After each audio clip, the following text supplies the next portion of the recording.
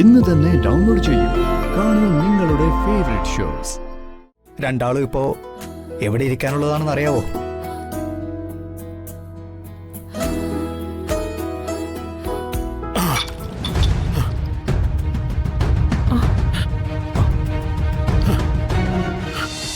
അവർക്ക് നല്ലത് മാത്രം വരുത്തണേ അമ്മേ.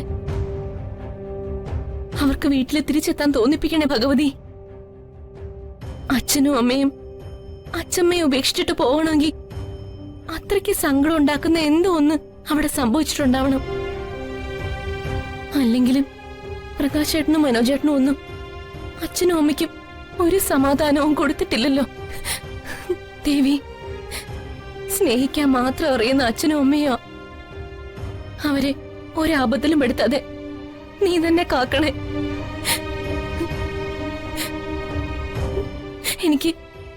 എനിക്ക് അവരെ കാണാൻ കൊതിയാവുന്നു ദേവി.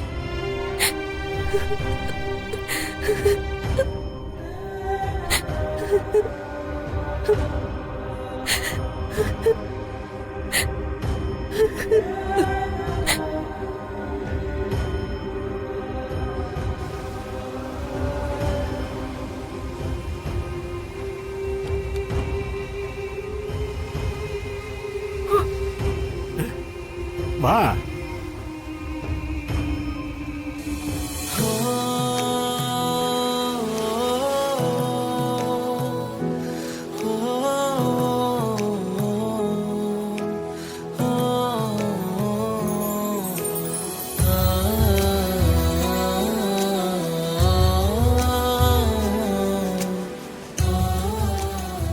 നല്ല തിരയിളക്കം ഉണ്ട്, അധികം അങ്ങോട്ട് പോണ്ട.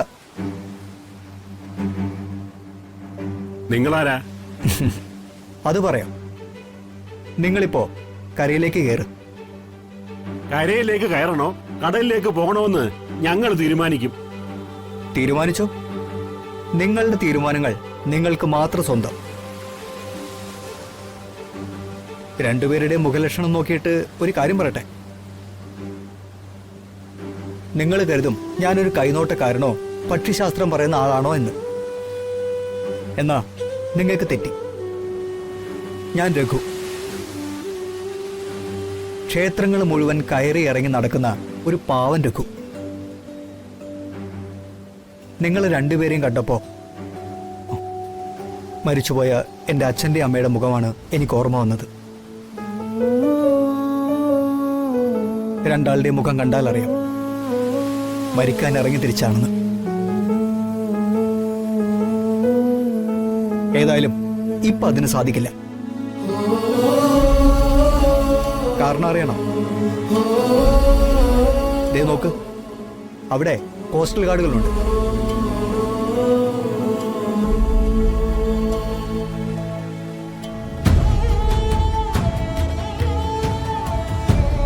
അപ്പുറത്ത് പോലീസും നിൽപ്പുണ്ട്.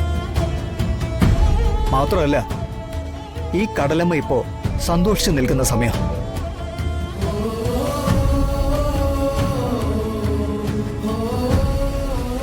നമ്മൾ അങ്ങോട്ട് കയറി ചെന്നാലും കടലമ്മ അടിച്ച് കരയെ കൊണ്ടുവന്നിടും. അതുകൊണ്ട് കയറിയോ. നോക്കി സമയം കളയണ്ട, കയറിവാ.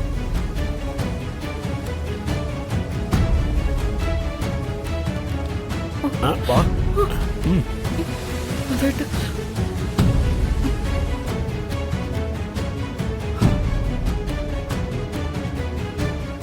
ഈ കടല് കാണാൻ വരുന്നവരൊക്കെ കടലിനൊരു കഥ കൊടുത്തിട്ടാണ് മടങ്ങാറ്. നിങ്ങളും പറഞ്ഞു കാണില്ലേ കടലിനോടൊരു കഥ? വിരോധമില്ലെങ്കിൽ എനിക്കും ആ കഥ കേൾക്കാനൊരു താല്പര്യമുണ്ട്.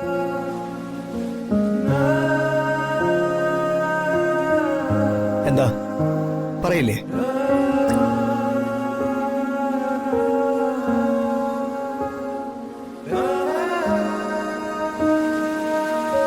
വാ.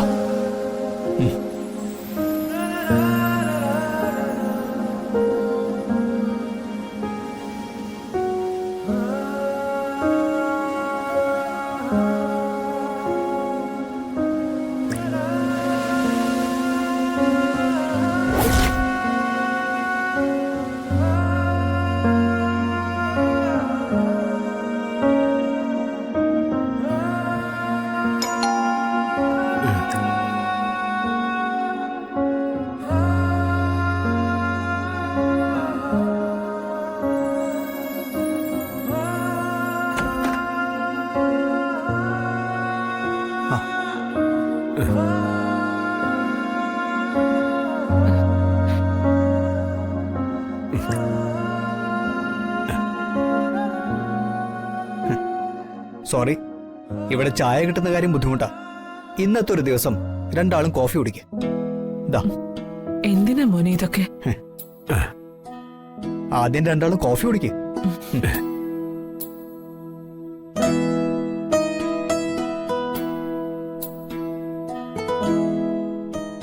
കോഫി കൊള്ളാവോ? ഉം.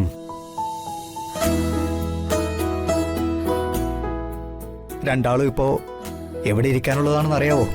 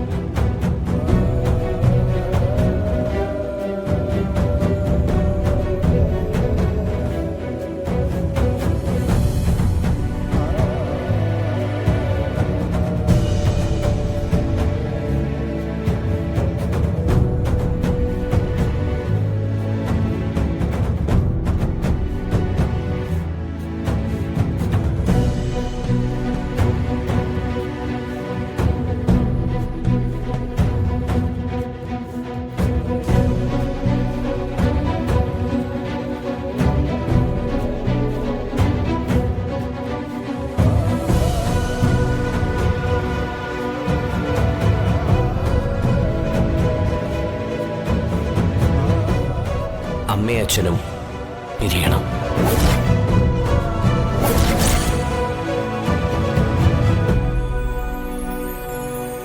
സോറി മോനെ. സാരമില്ല അച്ഛാ. മക്കൾ കാണിച്ച നെറുകേടിന് സ്വന്തം ജീവിതം അവസാനിപ്പിച്ച് മറുപടി നൽകാൻ ഇറങ്ങി തിരിച്ചവരില്ലേ നിങ്ങള്?